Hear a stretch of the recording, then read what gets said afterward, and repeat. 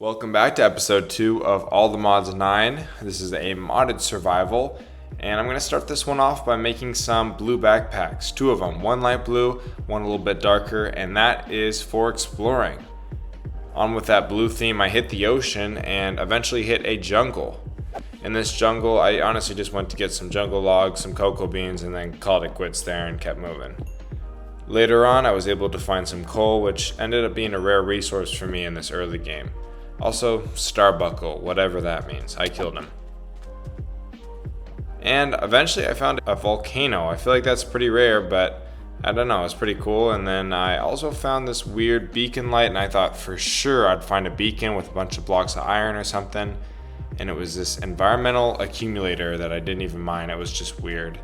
And here's a desert temple. Can never go wrong, especially when they have beds and you forgot to grab a bed.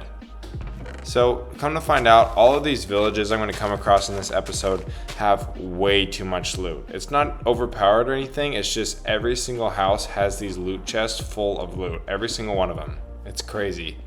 But also, this Mnemonic Craft house had just a bunch of loot too, and a big thing was that the chest that I mined up, the reinforced one, had so much loot. I also found a camel for the first time in Minecraft. Haven't found one before, and I'm finding one now, so nice. Here's some more loot barrels in these villages I'm raiding. They're just all over the place. Like this one only had sand, but I was gonna take it. And I also died to a Vindicator, which sucked. So I had to go all the way back to where I died, and on the way I found this ruined portal, which was pretty good just for some loot.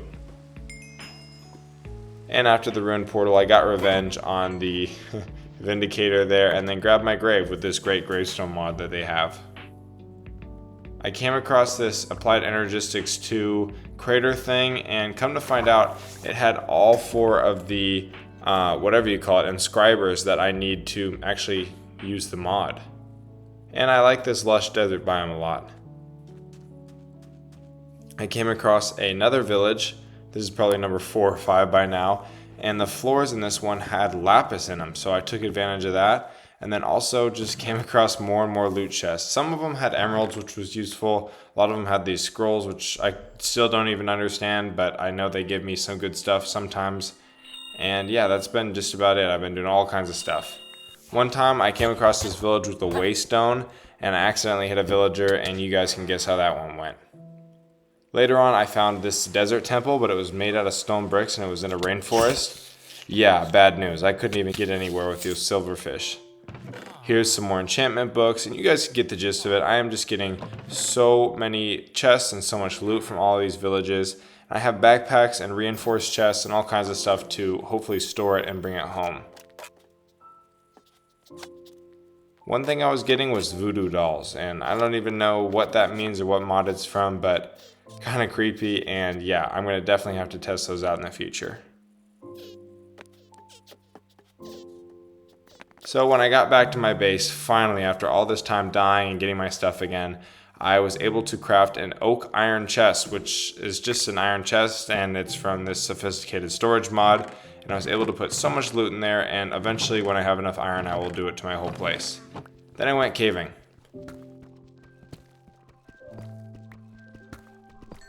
The goal of this caving was to get diamonds, and I eventually did, but something was weird about this diamond vein.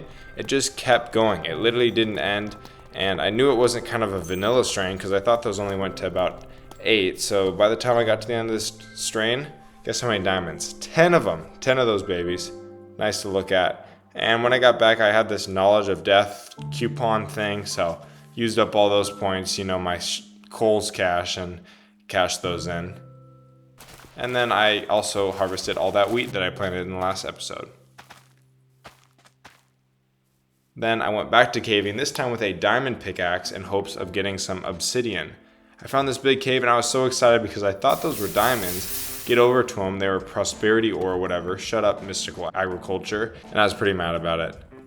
Next was just obsidian mining. You guys get this, it's just obsidian. It takes forever with the diamond pickaxe.